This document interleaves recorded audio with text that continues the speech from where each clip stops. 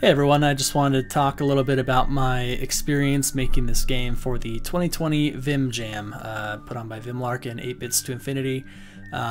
My submission was called Off-Brand Hero under the author slash company slash not company Barely Even Games. It's basically just me, and my name is Jordan. But I made all the art, music, sound effects, and code for the game. Obviously, a lot of the code and art was inspired by other things, and music was inspired by other things, but I created all of it for this jam within the 7 days of the project. And I just want to talk a little bit about how I did all of it. The voice of the main character is actually my wife, and I recorded her doing that, and she had a lot of fun being a part of this. So, yeah, I'm going to walk you guys through that right now. So the program I used to record was Sprite. I used that for a lot of the pixel art.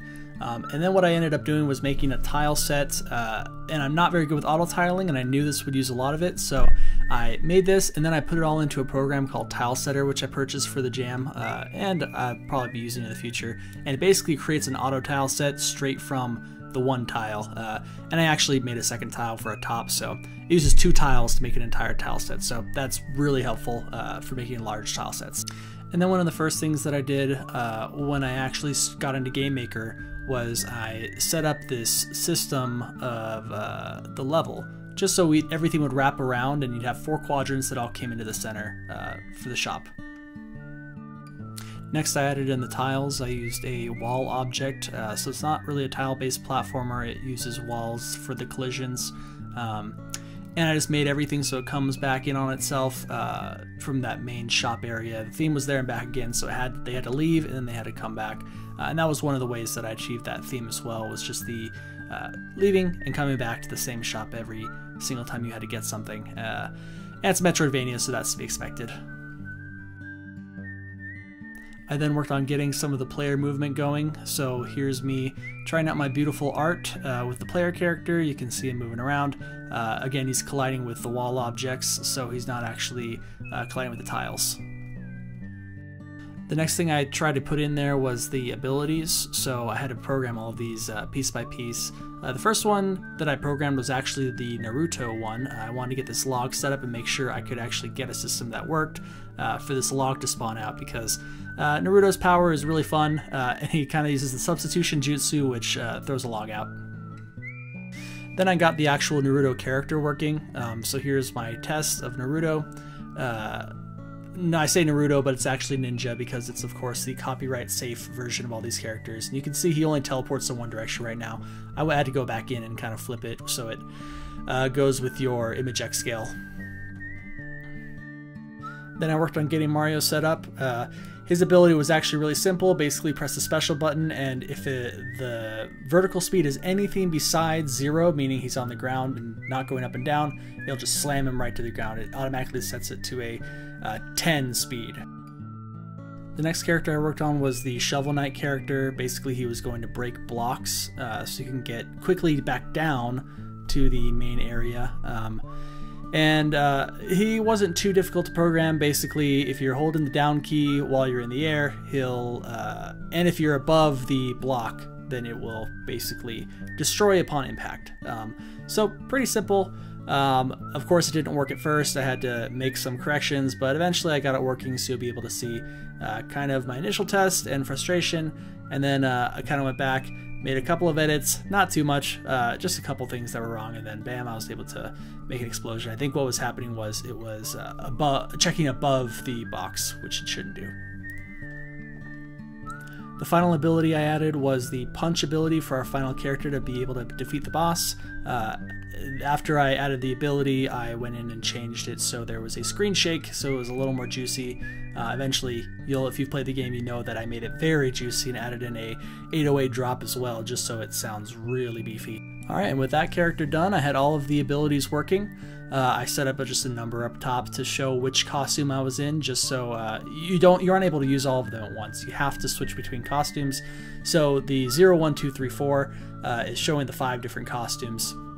Using a numerator that actually assigns that number to something that's readable, like ninja or cyborg. So you'll see as I'm switching through, my special button is changing to those different abilities, and this is just me playing around for a long time because it was really fun to finally have something that was working. Then I added some placeholder art for the enemies, I added some placeholders for the checkpoints, got those checkpoints working because I wanted the character to not teleport back to the very beginning. I thought about putting in a health system, but ultimately decided against it, just because I wanted everything to be this really concise, segmented game. And then started working on the boss, and you can see a beautiful glitch that happened here where he starts to slowly rise up. Here he's appearing, and here he's rising. So I thought that was really fun. I went through a couple different bugs as I was getting this boss to work, and the way he actually functions is you'll have certain trigger points along the map that say boss turned on, boss turned off, and he has a global variable that decides whether or not it's on or off. And when it is on, he just basically spawns every few seconds once he's been destroyed. And that way you have little segments where the boss is popping up. And here you can see he's actually starting to work correctly, except more than one is spawning, but that's okay. That was something that was easy to fix. And then after the boss, I worked on getting the store working. So you can see my beautiful placeholder store. I'm pretty much the master of programmer art, and you can see some of that beautiful work on display here. Once the boss was working, I got the Squish effect working and put an NPC in place. So you can see his text testing right there, and the squishiness of the character. I thought that was really important to have in a game like this, and I'd never made anything like that before, so it was really nice to have something with that in the game. I thought Vimlark especially would like that, because he likes those squishy characters from what I've seen in those devlogs, and I thought maybe it would give me a little better score. Then I started to get to work with everything in place on the characters. So here's me and Ace Bright going through. I've already made the Mario character, and I'm working on the Shovel Knight character, who is just called the Knight in the game, and Mario is just called the Plumber. But you can see my terrible pixel art skills that I go through and I delete probably 100 times before I end up with a final product because I cannot make these things look right. And then what would have been probably a much easier thing to do for this outline would be a shader. And I know it's not terribly difficult to make, but for whatever reason I decided to physically make the white outline. For the next project, I definitely think I would spend a little more time up front to make the shader so I don't have to go through and change this every single time I want to change the sprite, which I ended up having to do again. And this beauty here is my boss that I made. So you can see I just kind of separated this into 3 different little boxes. The first one is his idle when he's kind of floating in the air and trying to find you. The second one would be his slamming down animation. And the third one would be when he's on the ground staggered, which is where you could actually do damage to him. So this is what I had in place for the boss. I basically just went in, took our base character template that I made while looking at some art online, and replaced it with our boss by adding in some changes. And for anyone looking for some really cute pixel art, this guy PXLHNS, pxlhns.tumblr.com, he was basically the inspiration for the little characters I made. Obviously his are much cuter than mine, and if I had money to pay him for a game jam, I absolutely would, but it was also good for me to kind of learn to draw some of these characters on my own, using a really cute, cool art style. And obviously I made some changes, but that was just kind of my reference as I was making this art. I got back to work on that boss and tried to make him look as good as I could. I was really worried that he would just not turn out and be really ugly. I managed to find this thing where I was able to rotate his arms around, and it actually made him look really cute. I originally didn't have him doing his little tantrum arm thing, but that ended up looking so adorable that I kept it in there. I added in the hair as a second layer, but you aren't going to be able to see it in this video, but that took the most work by far. For the smoke poofing, every single time that Naruto teleports and every single time that the boss appears and disappears, I really had to make that from scratch using some images I saw online. I was completely in the dark as to how to make something that looked good for smoke effects, but it ended up looking okay, and I'd probably change it if I knew more about art, but I don't, so this stays. The portal was fairly easy to draw. Basically, I just took a bunch of circles and used my wand tool to make them look right. And then I used there's like a jumble effect that you can use in Ace Sprite, and I basically did that in the center so that it looked like it was kind of fuzzing in and out. For the sunset, I basically just took lines and went through with a palette that I got online. I basically took a different pixel art sunset drawing, took the palette from that, and I don't think palettes are copyrighted, but I'm not 100% sure. I hope not. Otherwise, I totally stole that palette. But I just basically drew kind of a similar looking sunset, and I tried to find that original image that I was using from Google, and I cannot find it. But the sunset is original and much worse looking than the one that I found on Google. But I wanted to have an epic final setting for the boss, so that's what it is. And I also used that same jumble tool to make it look a little bit more mixed up. That's what I used for the sun as well. My thought was that it would look like it was radiating heat, but ultimately it just looked kind of blotchy, and I'm not really satisfied with the way that sun looks, but it's definitely a different looking one than what I saw online, so that part's nice. And once I had the art done, it was time to move on to the music. That was kind of what I was most excited for in this jam. Music's usually my biggest thing that I feel like I'm pretty good at, and I really wanted to show it off in this game jam with some really cute orchestral sounding music. Here is the foundation.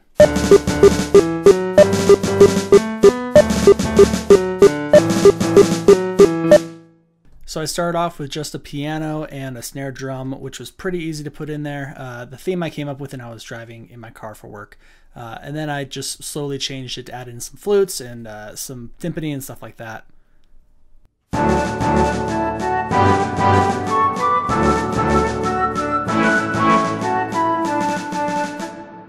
And then I just put everything together for a final theme.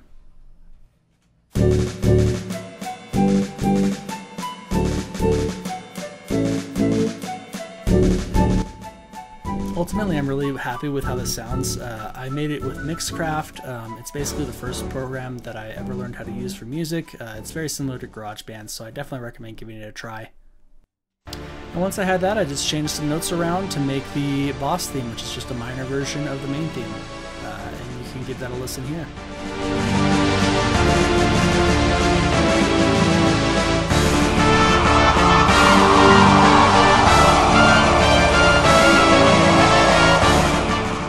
So ultimately, I'm really proud of what I accomplished here. You can kind of see how the game looks. You got this really squashy little character.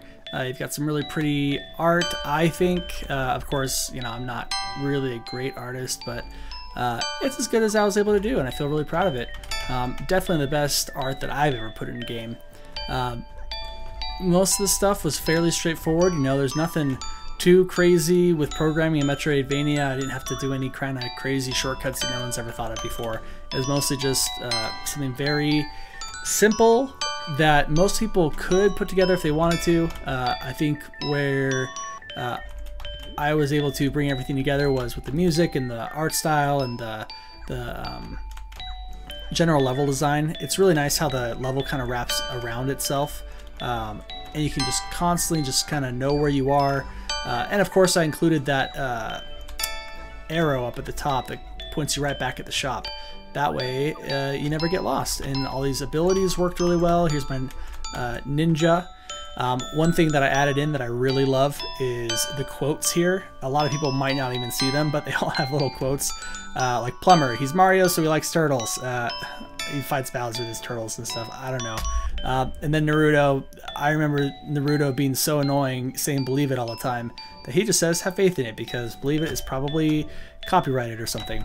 And he does the substitution technique. Unless you know Naruto, you probably don't know why it's called that, but it's called the substitution jutsu, or technique, I think is what they call it. And one thing I forgot to mention was the boss music actually fades back and forth, kind of like Banjo-Kazooie, how you'll be like underwater and the music will change. That's one of the things I'm most proud of with this game also. I really put a lot of thought and care into this. I wanted to make it as good as I possibly could. And I think a lot of people are really enjoying it. I would love to expand on this, and I don't see why I wouldn't be able to put, you know, 30 different costumes. I was able to program 5 of them in the span of like maybe 6 hours. So if I were making a full-fledged game, I don't know why I wouldn't be able to put a ton. Of course, I'd have to think of 30 different abilities that are unique for a Metroidvania to get you to different areas. Which, you know, I'm sure I could. If you're doing costumes, then I'm kind of just ripping off abilities of games that have already existed. I don't see any reason why I wouldn't be able to come up with that many, because there's definitely more than 30 creative abilities in games. Anyway, thanks so much for watching. I'm going to see if I can make one of these for the next game that I make in a game jam. This is my second game that I've ever done for a game jam, and it was a lot of fun and it was a lot of work. I was really busting my butt the entire time to try and get this put together. So thanks so much for watching. I'd appreciate it if you would just show your friends. There's no money I'm making off of this stuff. I just wanted to make people happy, and I hope that it's accomplished that goal. So have a wonderful day, everyone. And if you're participating in the jam, then good luck with the rest of the jam.